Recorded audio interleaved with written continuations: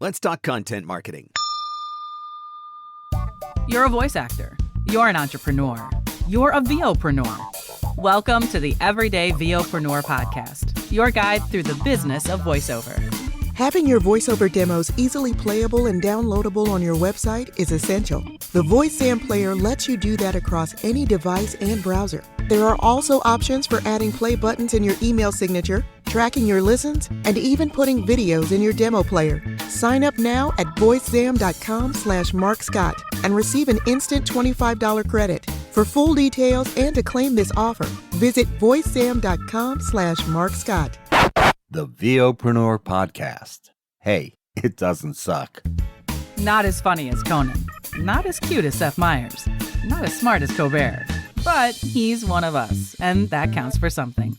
Here's Mark Scott, the original Everyday VOPRENEUR. Hello and welcome to the Everyday VOPRENEUR podcast, your guide through the business of voiceover. I'm Mark Scott, the original Everyday VOPRENEUR, ready to kick off another amazing year of the podcast. Thank you so much to every one of you who listened in 2021. We crossed a milestone last year with over 100,000 downloads, working our way towards 150,000 downloads now. I'm so grateful to you for listening, for sharing the podcast, for promoting it on your social media channels as well. And thank you for all of the feedback that you have provided. I hope that we have another great year filled with some seriously actionable, practical content that you are going to be able to apply to your business to help it grow. And I know that is what is coming in this episode. You're going to love this one.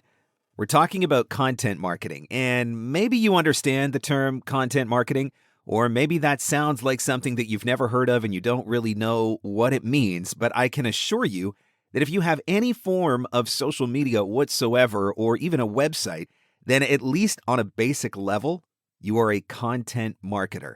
And my guest today is going to help you understand what content marketing truly means and how you can do it more effectively. How you can create content for all of those different channels that will drive traffic to your website, that will make people want to know more about your services, and ultimately that will help you to grow your voiceover business. So get your pen and paper ready. You're going to be taking a lot of notes on this one. Content, and more content. Every day, all day, the human population is one ginormous content creating and consuming machine. Now, if you do the creation well and effectively, it can be a powerful tool in creating awareness for your brand. If you do it poorly, well, let's just not do it poorly. My guest today is an expert in this field with 3 decades of experience. She was an authority in content marketing long before you even knew content marketing was a thing, having been a featured speaker at numerous marketing conferences across the U.S. In addition, she's a gifted voice actor whose credits include Mercedes, Prudential, and Ford. Aloha, Pamela Muldoon. Welcome to the show. Aloha, Mark. Thank you so much for having me. This is so fun. Thank you. So the first thing we got to figure out is, how does a Minnesota girl transplant from Vegas to Hawaii, other than the obvious answer of Minnesota winter versus Hawaii winter? You could have, you had me at winter, basically. Yeah, I know what 60 below wind chill. I know what 60 below wind chill feels like. And let me tell you, 88 with a little humidity with the ocean breeze, much better. So I keep going west. I've lived in Southern California. The last 7-8 years, my husband and I got out of Minnesota for very obvious reasons. But we love Minnesota. It's always home. So for all my Minnesota friends and family listening, we love you. But we needed to kind of not be around below zero temps, if you will. And basically, we've had a rough couple of years with this pandemic, but it really allowed us the gift of kind of going where we thought we could go, if you will. Just an opportunity to help some friends build their retirement dream house and home out here on Maui. My husband's a handy guy, and because I can work from anywhere, we decided to pick up and check it out, and here we are. We now are residents of Kihei, Maui. So don't burst the bubble for us. Don't blow up the image in our minds right now. But you are legit in a George Whittam tri booth on the beach, staring out, sipping from a coconut. Like, this is the life now, right? This is the life. We are official condo owners out here in Kihei, doing some painting, putting furniture in place very slowly because of supply chain issues. That's a whole other story. But yes, I'm in this beautiful tri booth that my good friend George Whittam and my new friend Rick Wasserman designed. And I'm telling you, it's been a godsend to have it out here as we kind of had to be mobile a little bit and get reset up. If any of you know what that's like, to kind of reset up your really wonderful booth situation, which is what I had in in Henderson, to do this out here in Hawaii. It's been a really wonderful way to still get up and running, but not spend tons and tons of money and try to figure it all out. So thank you, George and Rick, for creating such a wonderful piece of furniture. Is that what? Well, it sounds great. So clearly it's doing exactly what it needs to do. So let's talk content marketing. It's one of those fancy marketing terms. It sounds like insider jargon, although in actual fact, almost every day, I would say each one of us is a content marketer, whether we realize it or not. So let's start by defining content marketing.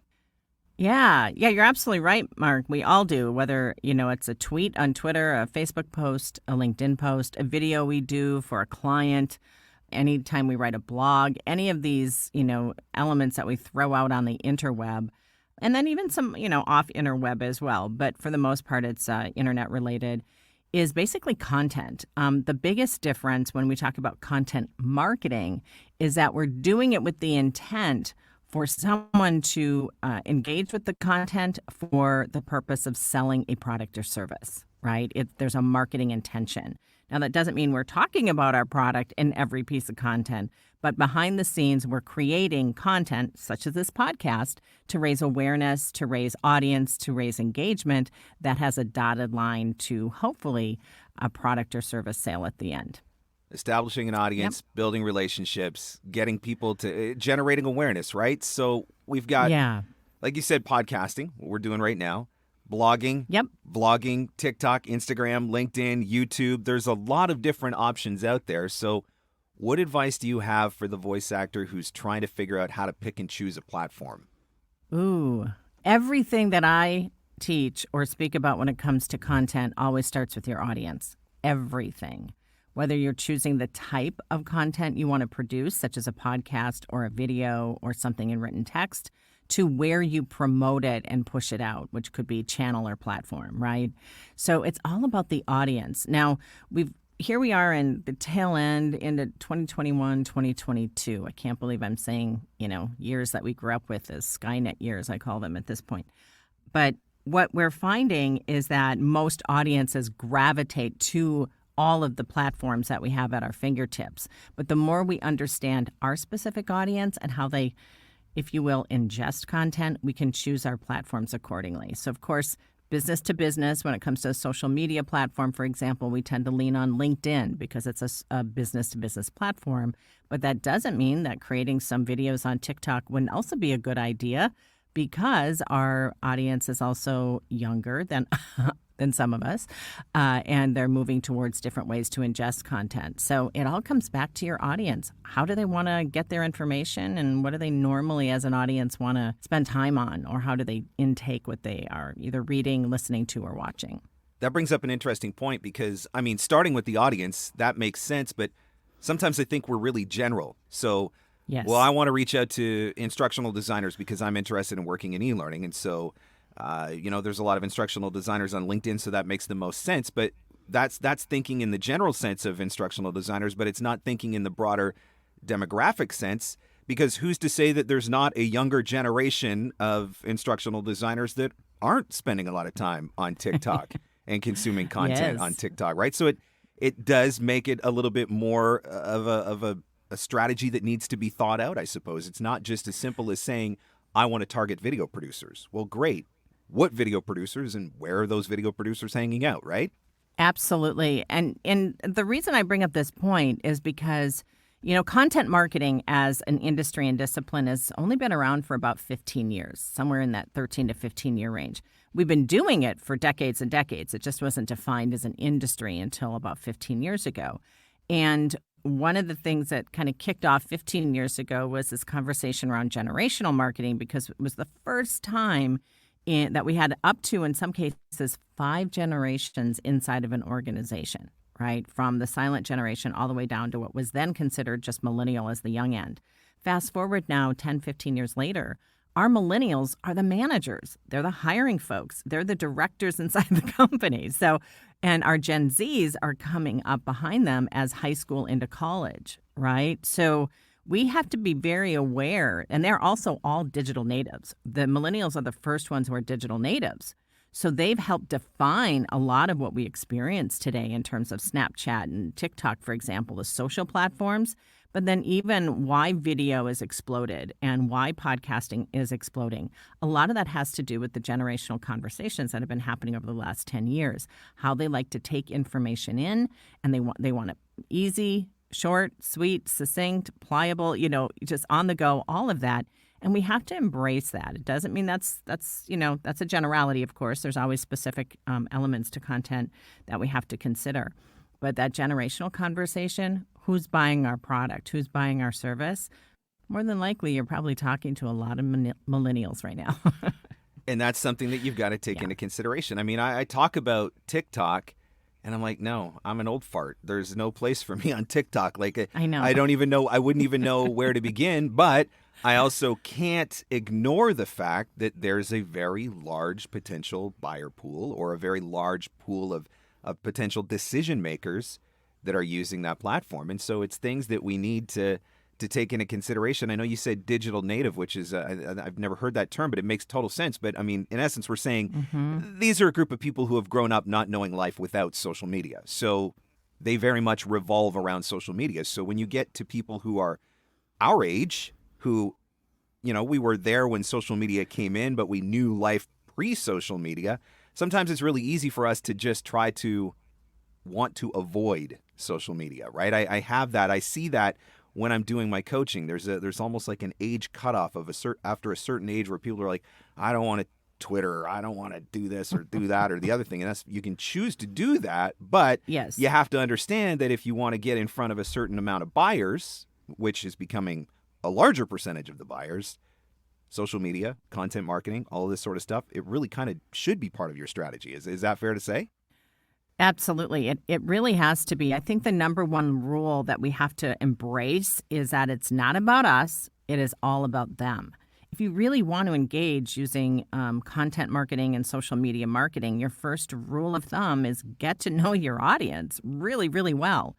And even the irony too, Mark, is that we as voiceover actors working in, say, corporate narration, we do a lot of, say, explainer videos or videos that end up on YouTube and they end up on TikTok and they end up on, Snapchat and things like that. So there's a little bit of irony that the work we do actually being hired by millennials and even those in the older generations, but putting it out there, are actually putting our voices through their content onto these platforms. So perhaps we should consider it too? ? Absolutely. And I think that almost answers the next question that I had, but let's dive into this a little deeper just in case. We know that we can't just create content for the sake of content. We can't just create it, Right. throw it online, and hope for the best, right? So we know that there needs to be some sort of strategy. We talked already about identifying your audience and breaking that down, even not just to a general, I want to reach video producers, but figuring out even demographics of video producers. Are there any other considerations that we need to take into account to make the content that we're creating more effective? Yeah, it's what I refer to as the persona, which is really the audience, right? Who is the person? And it's important to really, dissect a human being, kind of what I call the specific generalness of a persona. And when you really have a sense of who, let's say you were talking about instructional designers, who is this person? What is their day like? How do they purchase from me? What you start to realize is that you want to then align them to the customer journey. And let's just use a simple journey of awareness to consideration, and then they purchase you. Just 3 simple steps for the sake of our conversation. My question to you as a business person, voiceover business person, is can you answer the questions, the simple problem solution questions that your buyer has around your product and service? That's what you want to do. So when they're not even aware, or they're aware that they have a problem, i.e., I need a voiceover, a talent to do my e-learning modules for this project I'm working on in Q1. That's their problem. I need someone to do this job. Do they know how to hire you? Do they know what to look for? Do they understand how to purchase voiceover as a service and as a professional product? If the answer is probably no for the most part, because they're corporate people, they're not voiceover industry people, right? So for us to create content on how to help educate and teach and show them the way is how we want to get in front of them. So again, that's awareness. I'm aware that you have a problem. I've got solutions for you. I'm not selling anything yet. I'm just teaching you. And then as you build into the conversation, now that you're considering, let me tell you why you should hire a professional versus Ed from accounting, that kind of stuff. So being a teacher is probably the biggest skill set to have when it comes to content, and being a teacher specifically to the questions that your audience has at any given moment. So not taking for granted, I guess it's easy to assume that everybody knows how this works, but everybody Correct. doesn't know how this works. And I guess that's one of the things that I have defaulted to in the past when it comes to trying to come up with ideas is I keep a running list of the questions that my clients or my prospects ask me. Because I assume that if they're asking me, like, where did you come up with your rate? Or how can I do a directed session with you? Or how long is it going to take to get this turned around? Or, different questions like that. I assume that if I'm getting asked that by potential buyers, that if one person's thinking it, probably several others are thinking it as well. And so I've always used that as a way of coming up with ideas for content to create that is buyer-centric, similar to what you talked about, right? It's figuring out what their problems are and then being able to create content that offers the solution. Absolutely. And I mean, think about this. I actually put my B2B, my business to business, I think we do all business to business marketing, even to our agents and our production houses and people that are kind of in the know. Those are businesses as well. But this is what I call business to business, non-industry marketing, right? So I kind of bucket my voiceover marketing into two sections, the in the know and the not in the know. So if I market myself to an agent or a production house or a casting situation, those are people that we can have a shorthand conversation. Mm-hmm. They know what they want and they know how to ask for it. So I don't market to them per se. It's more of me trying to get in the game, if you will, right? Just reach the relationship, build the relationship. So over here on the non-voiceover industry, we have to really understand we're just a cog in their machine. That's all we are. They don't have the emotional connection to our industry that we do. We think we're amazing and we love ourselves and we love our voices. So we want to tell the world how great we are. But that doesn't get you a voiceover gig in corporate narration, for example, right? What gets you the gig is teaching those people how to hire you. Like, for example, think about usage, right? How many instructional designers probably understand the concepts of usage? Really? Yeah. Probably very few. And so we can kind of banter about that with an agent or a casting director or a producer in a video house. But we can't, that's not the way instructional designers look at our work. They look at what we do as a cog in the machine. We're part of the process. So how can we make being part of the process easy by educating, providing guidance? And then, of course, what a lot of people don't realize in these non-industry businesses, if you're working for a company at a certain level, it can take a lot of moving parts and pieces to get you in as a preferred vendor. They don't want to hire another human. They want to stay with you for as long as they can, make their life easy by consistently educating and helping them be the hero in their journey, in their story. I think one of the things that you said, that they don't have an emotional connection. And I think that's so important for us to remember. Because so often we get, one of the things that I see all the time in Facebook groups is voice actors complaining about clients and the way that clients are responding or the way that clients have answered an email. And there's this frustration because it's like, oh, they don't get it. They don't appreciate me. They don't respect me, blah, blah, blah. It's like, no, it's because they just need you to do the thing, right? They don't Yes. need to have the emotional connection. They don't actually care about the industry. You said it, we're a cog. And the sooner that we Yes. can accept that, the sooner we can get over ourselves and just, accept our place in the food chain, do the thing, get paid in the end. I think that's really important to point that out. So let's talk about sharing then. So there's two different things that I want to talk about or dive into when it comes to sharing content. The first is when we're sharing content on a subject that we're well versed in. So we're the voice actor, we're the expert, right? We want to come across as the expert or the authority, but we don't want to come across as an egomaniac. what kind of tips do you have for walking that line? Yeah, it's you don't want to condescend in the moment, right? Yes. So I think it's I think it's also, again, it sounds so cliche from us marketers, but we're like, go back to the audience, right? So I'll just give you an example of kind of different, because within the audience, there's also different types of buyers inside that audience. So for example, if I'm talking to a corporation, let's say a Fortune 1000, someone who's in a big company and they may even have AV production in their as part of their facility, right? As part of their process. They have in-house all the things, the bells, the whistles. What they don't have, they still have to outsource for actual voiceover. So understand that. So when you talk to them, you're not talking down to them, right? You understand their situation and you can speak to, the fact that I understand you have AV or, audio and video inside your organization. And as a voice actor, I want to make this easy for you. So let's talk about that situation and how I fit in. Now flip it to, say, a smaller company, more of that small to mid-size where everything is outsourced. It's about being simple in your conversation without being condescending. So even being able to explain when you ask the question, well, how is this going to be used? What is usage? Don't use our words, use their words. Yeah. Basically understand how they would look at a question in our industry. How long can I use your voice? And not only that, what becomes critical to this process, Mark, is SEO. We live in a world of voice search, Alexa, Siri, etc. And whenever I say those things, I got to look at my mechanisms because they usually kick in. Siri starts trying to talk to you. Somebody yells, ding, like, sweetie, it's okay. I don't need you right now. But think about, we have voice search, which has increased somewhere between 20 to 30% in increase of search year over year in voice search.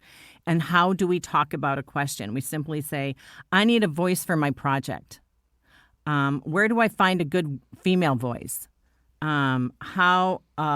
How long do I use a voice? How do I pay for a voice? Like, we have to kind of practice those things in our brain to figure out how we create content so we can speak to the way that people search for it and people refer to it. Does that make sense? Oh, yeah, absolutely. That's so good, because that voice search especially, I know that's something that is coming, and I would say probably 95% of us in the voiceover industry aren't we're not even thinking about it yet. It's not even on our radar yet, and it should be.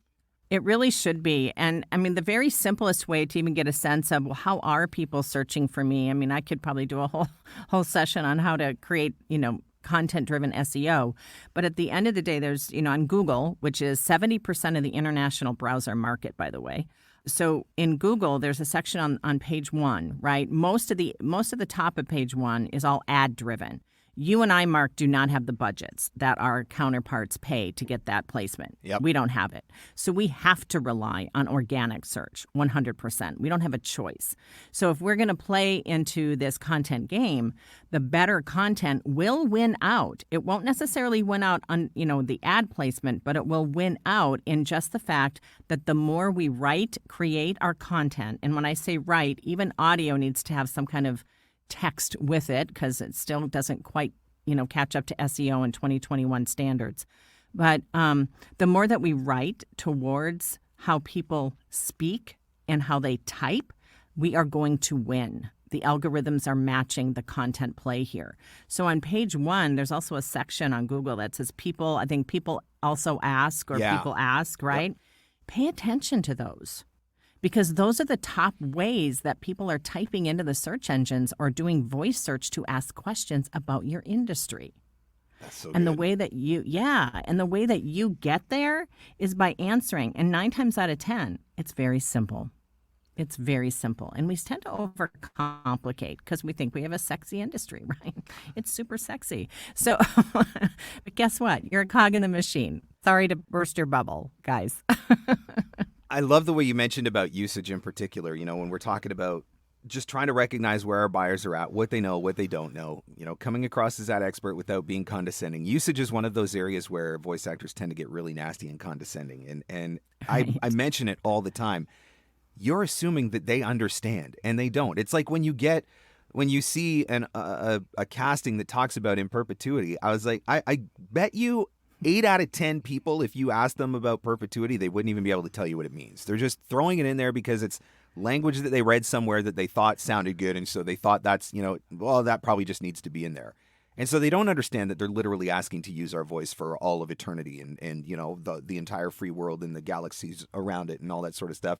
And so sometimes we do just need to take a breath, and then just politely say, here's what you're asking. Is this, do you actually need this, or could we maybe talk about a 1-year term, right? And so absolutely, just trying to be professional in how you handle it. So on the flip side of this, then, trying to come across as the expert and authority, but not an egomaniac, I work with and network with a lot of e-learning developers and instructional designers. E-learning narration, one of the main genres that I do. So I do try to share content from time to time that I think is relevant to that audience. And occasionally I will offer my perspective as a voice actor. But when it comes to those fields, I'm obviously not an expert. So what tips do you have for somebody who's trying to do some content marketing where they're not the expert, but they're trying to add value to people in their network? So, you understand what I'm saying? Can that be productive and useful? Is it just imposter syndrome that's saying you shouldn't be sharing this, or how does that work?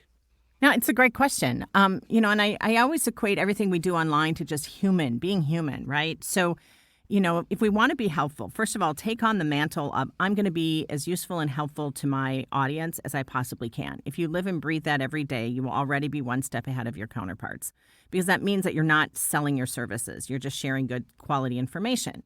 Now, I think part of the question here is, how do I play as an expert, or how do I participate in a conversation where I'm not the expert, but I want to help my people? I want to still be a part of it and be a student. Asking questions and being a student is just as important as being the teacher, right? Because we all have something to give and share. And so one of the things I've always recommended when people are in voiceover, I've suggested this a few times to different folks, is take time to actually engage with other, the people, right? Instructional designers. Like when people ask me, well, how do I know what they like? Or how do I know what they're interested in? It sounds funny, Mark, but I say, ask them.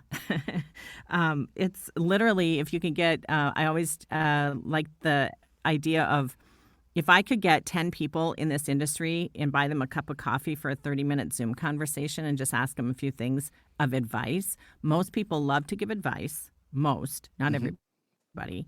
People are usually willing to be helpful themselves and to better understanding. Then you go to this sharing of information. By sharing information that you think is relevant, the more you understand your audience, you know it's relevant. You start to get a sense if it's relevant or not. So simply by being helpful or putting, for example, on social media, this is a breakdown that Mari Smith provided over 10 years ago, and I've lived with it for a long time. Also, my friend Ian Cleary out of Ireland, Razor Social. He's brilliant, love him to death. He also equates this percentage, 70-20-10. 70% of your activity on social media should have nothing to do with you or your business. It should just be helpful for your audience. So maybe you are a student now, so you're reading e-learning blogs and you share it out to your audience. You let them know that you care. That's how people know you care, by sharing information.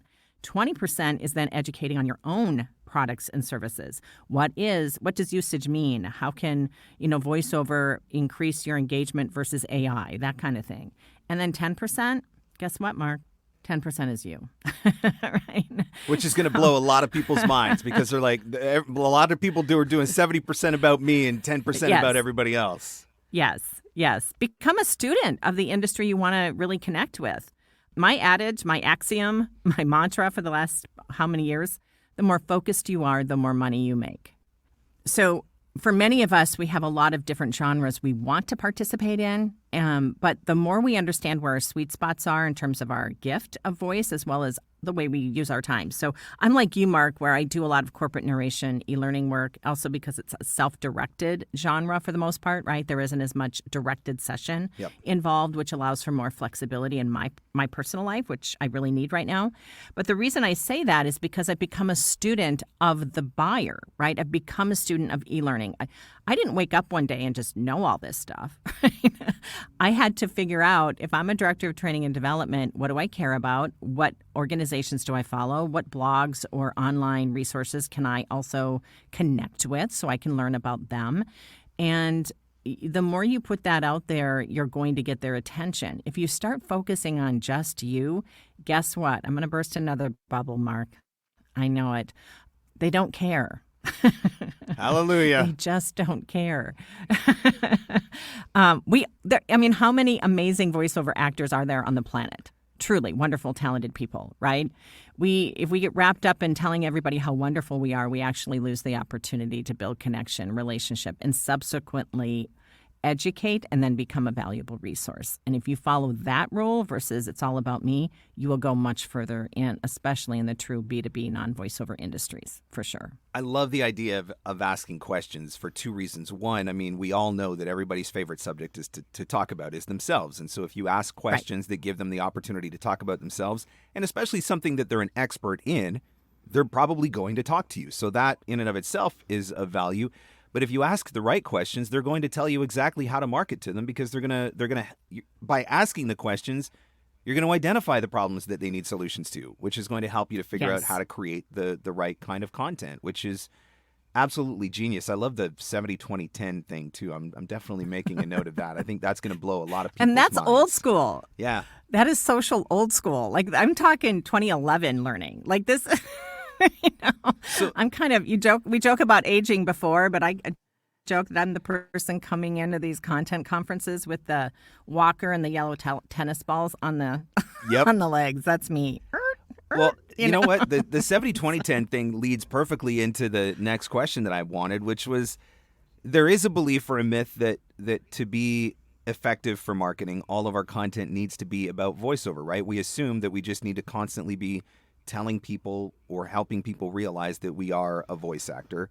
And it's not something that I buy into. But what is your advice? Can content not related directly to voiceover still serve a valuable purpose in our business? And I think probably the 70-20-10 principle really applies here.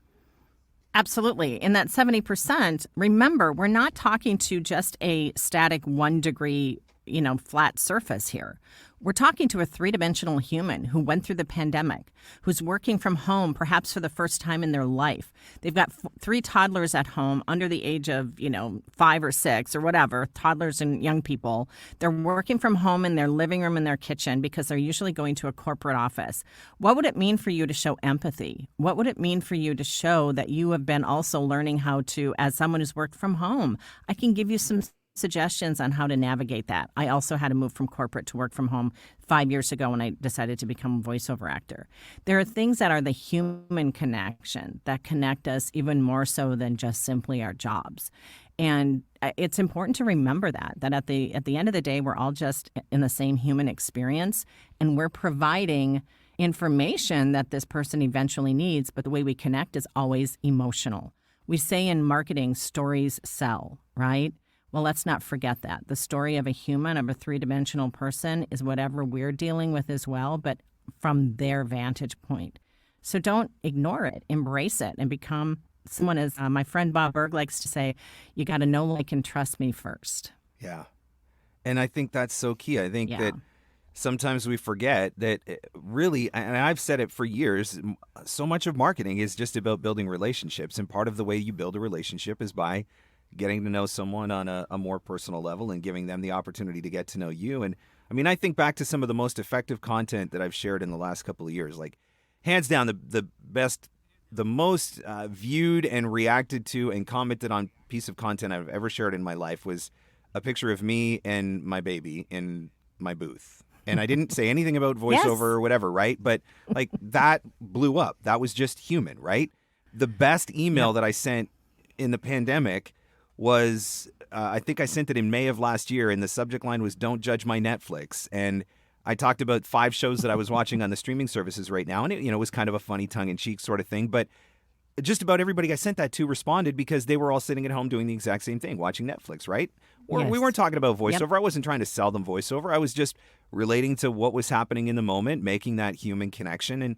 And that's still, I mean, they're thinking about me now, though, right? So I don't need to constantly be beating them over the head with voiceover, as long as they're thinking about me and I'm top of mind with them. So I think it's a really important reminder that all of that stuff that you share that you think is entirely irrelevant, actually somewhere along the line is going to have relevance. That's why I share barbecue pictures and talk about the Red Sox. And, there's always a Dr. Pepper somewhere in one of my Instagram posts. And that's just part of who I am. And that's part of what that's part of how people identify me now, right? Absolutely. Absolutely. And again, going back to we're in a competitive world, right? So there's hundreds, if not thousands of people vying for similar jobs all over the globe. So it really does come down to your uniqueness, who you are. And, if you follow the rules of help first, be a teacher, be a friend, you're going to do so much more with the way you build your audience. It's also a wonderful way to build the organicness of who follows and you attract, right? Who you attract to your world.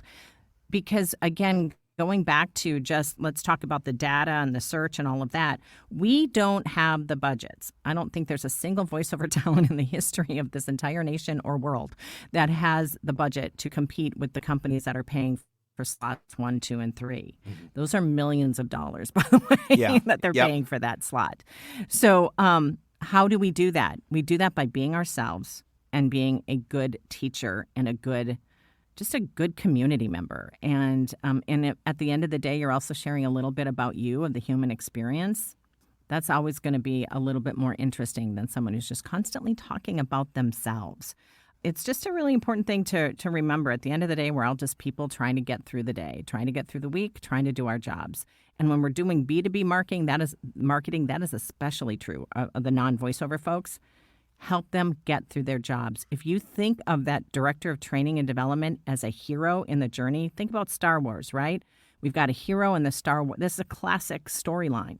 Make the director of training and development the hero in their journey by you being helpful. They will remember that for the rest of their career. Yeah. Absolutely. Absolutely. That's so true. And it's nice to have, I talk all the time. I can't tell you how many clients that I've connected with in the New England area because of being a Red Sox fan. And so it's nice to have something that we're connected to with each other outside of just constantly having to talk about voiceover. So that personal element makes a big deal.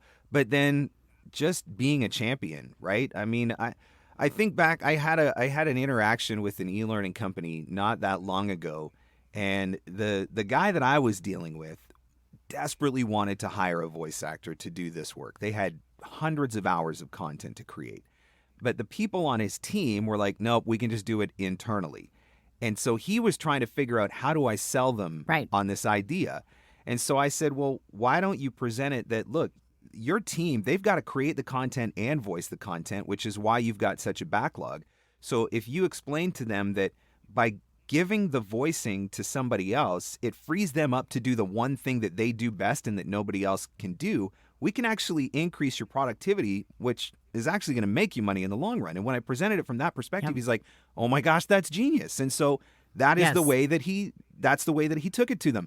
And then he sold the team and I was all excited, and then they changed their mind at the last minute anyway, and I didn't get the job. But that's not the point. The point was I was willing to sit down with this guy and work out a plan for how do we make this so everybody wins, right? Yes. How do we make this so you can present this to your boss where you look like a genius and your boss is like, oh my gosh, this is not going to cost me money. This is going to make me money and increase the efficiency of my team all at the same time, right? I was willing to sit down and have that back and forth conversation and sort that out with him. And so the whole idea of just being human and making connection, and it all resonates. It makes so much sense, but sometimes I think we overlook it because we're just so focused on trying to book the job. We get in our own way so badly. It's in many ways. You're also you do the business marketing coaching side. We all get in our own way, yeah, 100%. More than anybody else. And so this is a perfect example. And I just want to touch on, even if anyone listening is saying, okay, how do I know what problems to solve? Think of 3 buckets. Most problems fall in people problems. I need a person. I have too many people. I don't have enough people. Something there. Time problems. I don't have time. This takes too long. Those kinds of things. And then money problems. And you're absolutely right. Yep.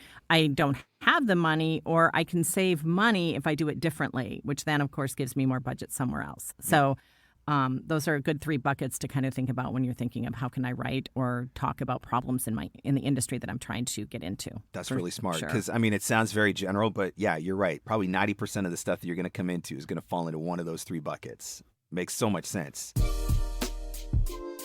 It's that time of year. It's January. It's the time of the year when we are setting goals, when we are getting excited, when we're feeling inspired, where motivation is driving us, and where we are convinced that this year is going to be our best year in voiceover yet. And you know what? It can be. I want to help you make that happen by giving you the tools that you need to become a more effective marketer. Taking the things that you've learned in this episode with Pamela, but expanding on them into other areas as well. VoiceOver Marketing Playbook is my flagship marketing program. It is going to give you all of the foundational principles and tools that you need in order to be a more effective marketer. I'm going to teach you how to find your own leads, build your own client base, and become the consistently working voice actor that you want to be.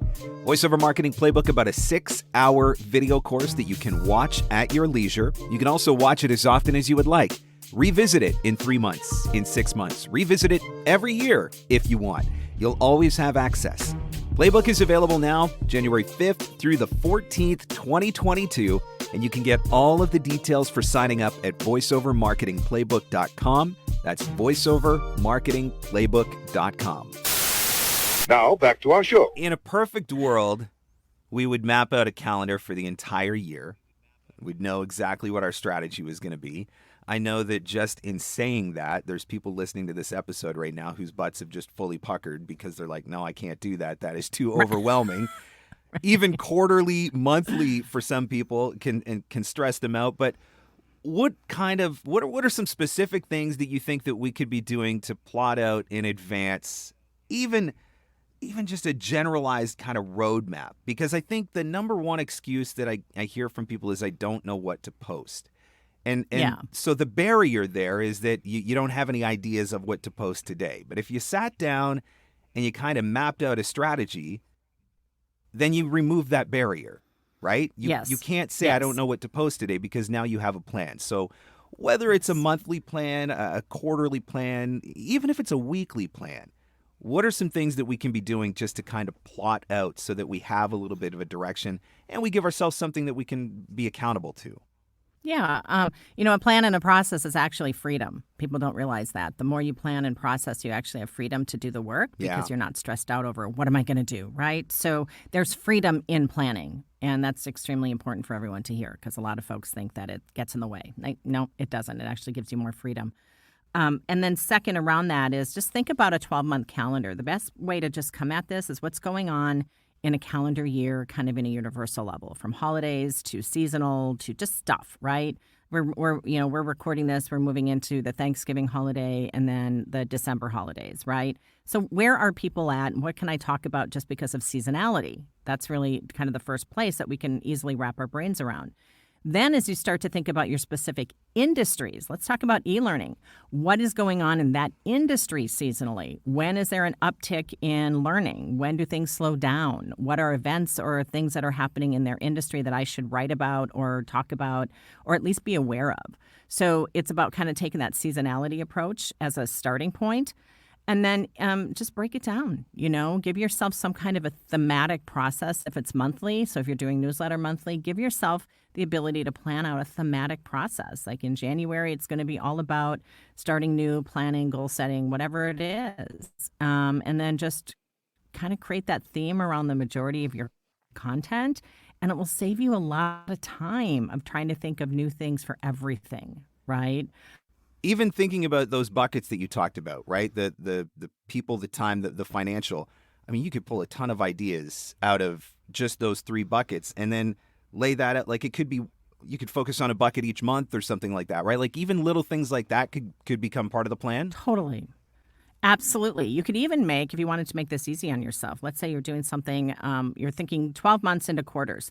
Maybe the first quarter is all about the people part, and you're going to create content for 3 months, 3 monthly newsletters around a people approach, maybe a little article, whatever the case is. You're going to curate content about people management, people, right? Do the same thing for quarter 2 in time, do this for financial in quarter 3. And then quarter 4 is kind of a wrap up, an all around good thing to know. And so, yeah, you don't have to overcomplicate the process at all. You just need to know that if you put out a calendar of very simplistic concepts, a lot of it will come to you. The other thing, Mark, that people don't realize is that you have to plan and get ideas on paper to let the creativity begin. Yeah. You can't be, ideas beget ideas, right? So the only way to get through more ideas is to get your initial ideas down on paper. That is makes so sense. true. Because I went away in early November. I called it a creative retreat. We went up north to visit family. So my wife and my kids stay at grandma's house. I was in a hotel, no distractions, free to just think. And one of the things that has always challenged me with this podcast is for over 2 years now, I've been week to week with the podcast, which is incredibly frustrating. Wednesday night, I could be in the booth recording an episode that was going to air on Thursday morning. I just never could get ahead.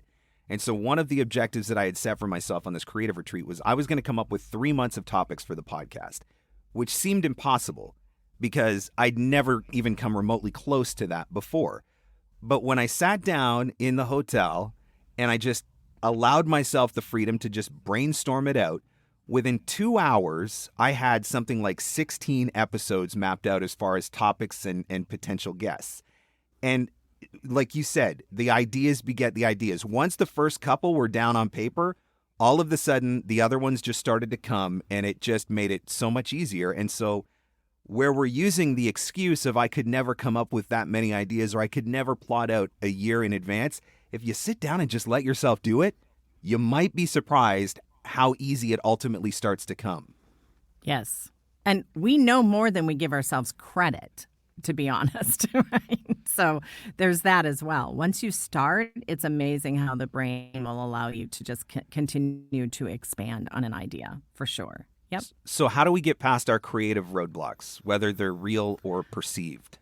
Ah, yes. Okay. So just like you did in early November, right, Mark, you talked about, and you also posted about going to the hotel for a few days, getting yourself kind of centered with yourself, right? We have to do that. We are so busy in our own heads. You've got to give yourself time, make room for time. I think it's especially important for those of us, and let's face it, voiceover is a work from home business, right? So if you've got a lot of activities in your life, kids, parents, just busyness, right? So find that me time. And if you have to schedule it, do it. Don't underestimate the power of being alone, because that is when, there's no accident that our most creative ideas come when we drive a car, take a shower, go for a walk, because our body is on autopilot and allows our mind to be creative. And there's science around it. Can't tell you exactly where that science is, but go ahead and Google some things. I'm sure you'll find it. Right? But there is something to be said. We just got to make that time. And it's so important. Like you said, you came up with 16 ideas for your podcast interviews for upcoming episodes. And if you're just busy with the boo and everyone else, you just don't have time for that, right? It's so true. And the amazing part to me was that was 2 hours. And so yeah, I've been doing the podcast we're closing in on 3 years now. And in 2 hours of just intentional, quiet, distraction-free time in a new environment, because I think changing the scene was a big part for me too. In 2 hours, I was able to do what I had not been able to do in the previous 2.5 years, which speaks to it. I also think there's something to be said for unfiltered brainstorming. Yes, there is no such thing as a bad idea. And for those actors out there who do improv, you know the wonderful yes and play that we do, right? Where we feed off each other and you come up with something, Mark, and you say yes and then I say something. It's about saying yes, right? And if you take that same energy into your ideas and your creative brainstorming, if you will find that there really is truly no such thing as a bad idea. And if ideas beget ideas, you got to start somewhere. And the bad ones become really great ones. Absolutely. I'm thinking about, earlier I asked you about coming up with a content calendar. And for so many people, the idea of planning out a year or a quarter seems overwhelming. And yet, as you were talking, I was like, okay, stop making it sound so easy, because I'm feeling guilty conviction for not doing it. Because you literally, I was like listening and I'm like, wow, this really doesn't have to be that complicated. But to add to that, let's say, give us 2 or 3 things that anybody could do, regardless of where they're at, whether they're a little bit more seasoned veteran of doing some form of content marketing, or they're a voice actor who's not really sure that they're embracing it yet, but knows that they need to, give us 2 or 3 simple things that anybody could do starting in 2022 to start making better content and using it as a way of promoting our brand and our business. Absolutely. I'm going to, we call it in marketing, market research. We don't really steal ideas. We just do marketing research. So I'm going to market research my friend Marcus Sheridan, and he taught us this way back in 2011, and I have lived and breathed this. Write out the top 50 or the first 50 questions that come to mind that your audience has about your business, your service, or your practice. Just write them out. It takes those 2 ideas of creative energy. There is no such thing as a bad idea, brainstorming, and bringing it into the question answer process, right? Just write them all down. Even if they're silly questions, just get them all on paper. Somewhere in there are 10, 20, maybe even 30 solid questions that can equate to your content. All good content is, in its barest, simplest form, is the answer to a question. So if you could answer 10, 15, 20 questions next year that your audience is asking about your business, would that change how you develop content in 2022? And the beautiful thing about that is that you then go and repurpose it, because once you've answered the question, it looks one way on Instagram, but it might take a slightly different format in a video that you post on YouTube or TikTok. And it might take an even slightly different format from that in the way that you decided to share and answer that question on LinkedIn. And so you can take that one question that you've answered, repurpose it based on several different platforms, and now you've just multiplied the number of pieces of content that you've created without having to come up with that many more ideas. Exactly. The power of repurpose and reimagining can 10 times your content, basically, right? One answer can become 3, 5, 8, 10 different ways that you repurpose or reimagine the answer. Absolutely. Yes. That's one of the areas where I need to get better at, because I create so much stuff that I'm using in one way, and I just think all the time, like, oh my gosh, if I had the time to repurpose some of this stuff, I would never have to create another piece of content for the next 10 years. Well, and along those same lines, Mark, we sometimes underestimate the power of new to somebody else. Just because it's not new to you doesn't mean it's not new to the person who's never seen it before. Yeah. Right? That's so good, it might be old, and it might be like, oh, I've done this 100 times. But if I've never seen it, my job as Director of Training and Development started on January 1st, 2022. I now have to ramp up my efforts and plan all these projects. I've never done this before. That is new to them. You need to realize that your audience does not live and breathe your world. So do not let up on the gas. Right? Don't let up on the gas, because the minute you do, you go down in the rankings. I think that's also something that we need to understand a little bit better, is just simply in how social media algorithms work. And I think there's this misconception that I created this piece of content and I shared it on LinkedIn, and that's it. It's dead. But no, it's not, because when you shared it on LinkedIn on a Monday morning and 5% of your audience saw it, but a couple weeks later, if you shared it on a Thursday afternoon, a whole different audience set may see that piece of content. And so the idea of creating it and then sharing it one time and then just letting it die is something that I think that we all need to get over, because we need to remember that not every single person in our network sees every single piece of content that we share every single time that we share it. Absolutely not. And maybe that's my number 2 suggestion then, is once you have evergreen content, something that does not have a date to it, if you will, right? Good, solid evergreen content that answers a question. You can actually set it up so that when, let's say it's a blog post, right? We have our bloggers out there. We'll just use a real example. So if you, like you said, you push it out on Monday morning, if you only do it the one time, you only get that little subset of a few dozen people. That's it, because the algorithm on Twitter, boom, it goes fast. Yep. So you need to set it up so that perhaps you're taking that same piece, and for the first 30 days, you're doing it 3 or 4 times a week at different times. And then you can still, guess what? If that thing is valid today, it's probably valid in 6 months. It's valid in a year. You then just add it to your arsenal. Think about this. If you're writing a blog once a week, that is how many weeks in a year? 52. Yep. I'm doing my math real quick here, guys. Not my strong suit. But we have 52 blog posts. What if you had a running, ongoing sharing of evergreen content that was happening at any given moment on your social channels? That is how you have to think, is that just because you're done, it's not done to someone who hasn't seen it.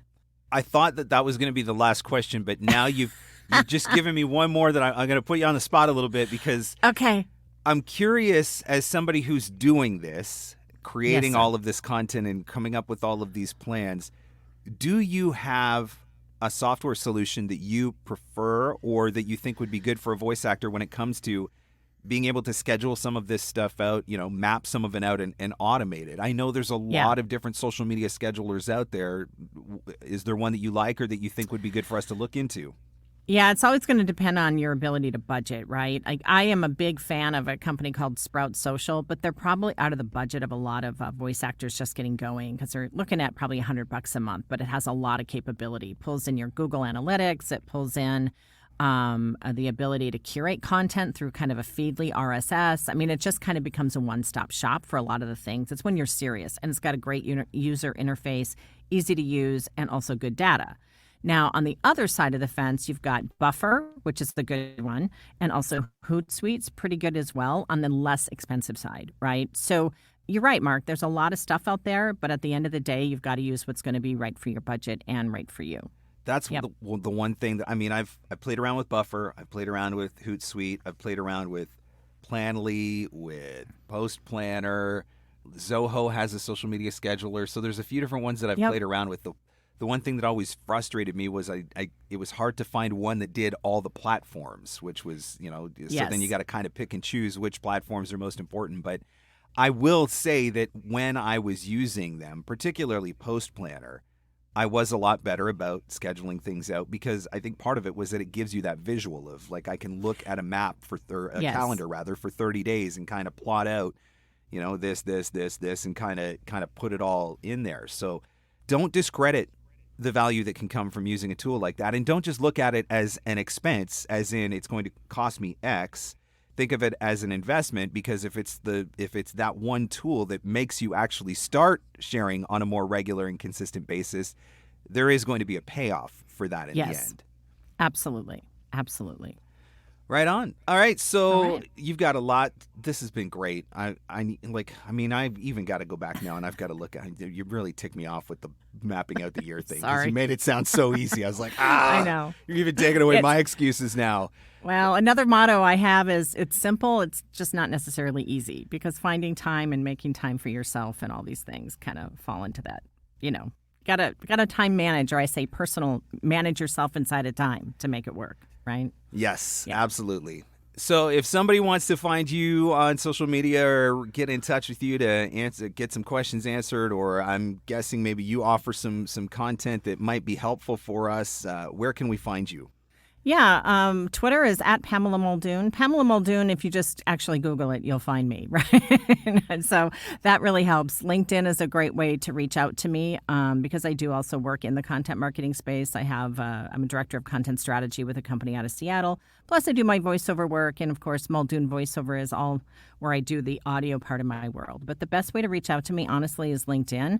And just send me an email or a message, and I'm happy to chat, connect, provide a resource, whatever it does to help you grow your business in the next year. From Hawaii, on the beach, with your From laptop. Maui. Yeah. That's right, with whales in the distance. There you go. Sounds perfect. Thank you so much for your time, Pamela. I appreciate you. Awesome. Thank you, Mark. It's been fun. What I appreciate the most about what Pamela had to share, but what also frustrates me the most, is how easy she makes it sound. Because the fact of the matter is, it's so much easier than what we build it up to be. We look at the topic of content marketing and content creation like it's this giant, overwhelming thing, and we have no idea what to say, what to share. We're not that interesting. People don't care, blah, blah, blah, blah, blah. We got all kinds of excuses. But Pamela really breaks it down. And when she breaks it down the way she does, you realize that, you know what, this isn't that hard. This is something that every one of us is more than capable of doing. And if you do it consistently, and if you do it well, it is going to make a difference in your business. So what did you learn from this episode? I would love to hear one thing that you picked up, one new tip, one way that you were inspired, one new action that you took. Would you share it in your Instagram stories? Tag Pamela. It's at Pamela Muldoon. Tag me at Mark Scott. share it in your Instagram stories. I'll put those handles in the show notes as well so you can look them up. But I would love to hear from you, and I know Pamela would too, to hear how this episode has inspired you. I think we've all got a little bit of work to do when it comes to laying down a roadmap for our content strategy in 2022. Now you've got all the information that you need, and all of your excuses have been taken away. Thanks so much for listening. I'll catch you on the next one. The Everyday VOpreneur podcast. Available everywhere fine podcasts are given away for free. Mostly, we think.